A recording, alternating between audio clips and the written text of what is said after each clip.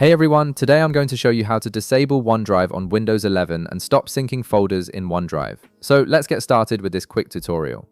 First, you'll want to open your Microsoft OneDrive app on your PC.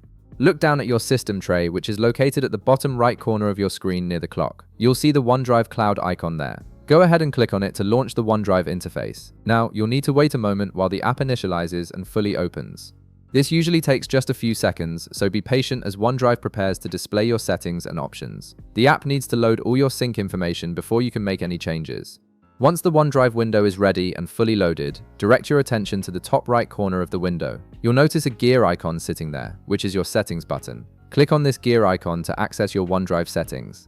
This is where you can control all the important features and configurations for your OneDrive account. After clicking the gear icon, a OneDrive settings window will appear on your screen. On the left side of this window, you'll see a menu with several options. Look for and click on the account option from this left-hand menu. This section contains all the settings related to your OneDrive account and syncing preferences. Within the account section, you'll see the OneDrive area displayed. Here, locate and click on the Choose Folders option. This is the key feature that allows you to control exactly which folders are being synced between your computer and your OneDrive cloud storage. By managing these folders, you can save storage space on your device and improve performance. A Choose Folders window will now appear on your screen.